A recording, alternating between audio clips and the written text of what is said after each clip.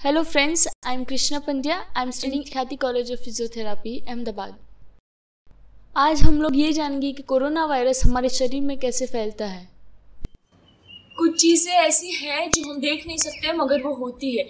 जब भी कोई इन्फेक्टेड पर्सन छींकता है या खांसता है तो करीबन 3000 से अधिक मात्रा में ड्रॉपलेट्स उसके मुंह से निकलती है और इस एक ड्रॉपलेट में करीबन 20 लाख से भी अधिक मात्रा में कोरोना वायरस प्रेजेंट होता है। अगर वो नॉन इन्फेक्टेड पर्सन इन्फेक्टेड चीज़ों को छूकर अपने हाथों को मुंह, आँख या नाक पे लगाएगा तो कोरोना वायरस आसानी से हमारे शरीर में नोस्ट्रिल्स के द्वारा विंड पाइप से अंदर एंटर हो जाएगा। कोरोना वायरस की ड्रॉपलेट्स हवा में डस्ट पार्टिकल के द्वारा तैर सकती है और अगर कोई इन्फेक्टेड पर्सन किसी भी चीज़ को छुए तो वो उस पर कुछ वक्त तक रह सकती है।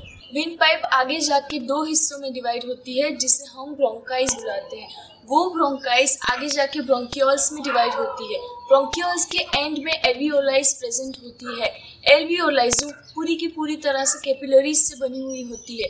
ये कैपिलरीज ऑक्सीजन और कार्बन डाइऑक्साइड को अंदर और बाहर लाने की प्रक्रिया करती है। जैसे कि हम जानते हैं कि हमारी पूरी की पूरी बॉडी सेल्स से बनी हुई होती है, तो ये जाहिर सी बात है कि एल्वियोलाइज भी सेल्स से बनी हुई होगी। एल्वियोलाइज के सेल के ऊपर ACE2 रिसेप्टर प्रेजेंट होता है और जो कोरोना वायरस हमारे शरीर के अंदर एंटर होता है उसकी बॉडी पे स्पाइक प्रोटीन प्रेजेंट होता है। ये जो स्पाइक प्रोटीन है वो एक की मॉडल बनाता है जो सेल एल्वियोलाई के अंदर प्रेजेंट होता है उस पर लॉक हो जाता है और आराम से सेल के अंदर कोरोना वायरस एंट्री ले लेता है। हमारा सेल जो होता है वो सेमी परमिएबल होता है, यानी कि कुछ चीज़ों को ही अंदर एंटर होने दे सकता है, जैसे कि न्यूट्रिशंस अंदर आ सकता है और वेस्ट मटेरियल बाहर जा सकता है। कोरोना वायरस की एंट्री सेल के अंदर हो गई और दोस्तों तबाही यहीं से शुरू होती है। कोरोना वायरस सेल के अंदर एंटर होके अपनी मल्टीपल कॉपीज बनाएगा और जिसके कारण सेल पूरा का पूरा बर्स्ट हो जाएगा।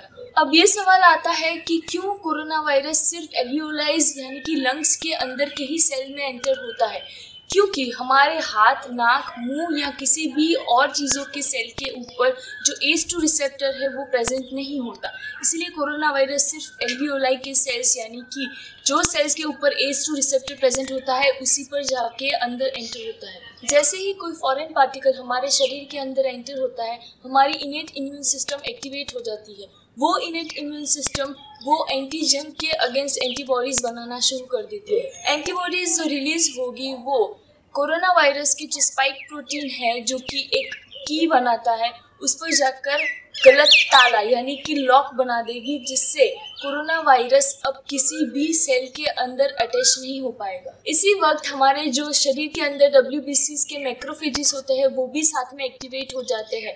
वो कोरोना वायरस के पार्टिकल्स को उसके अंदर इंगल्फ कर लेगा। हमारी इम्यून सिस्टम जब भी कोई भी एंटीजन के अगेंस्ट फाइट कर रही होती है तो हमारा शरीर एक हॉस्टाइल एनवायरनमेंट क्रिएट करता है, जिसके कारण शरीर का तापमान बढ़ जाता है। कोई भी इन्फेक्टेड पर्सन के सिम्टम्स दिखने में करीबन 2 से 10 दिन लग सकते हैं, जिसे हम इंक्यूबेशन पीरियड बोलेंगे।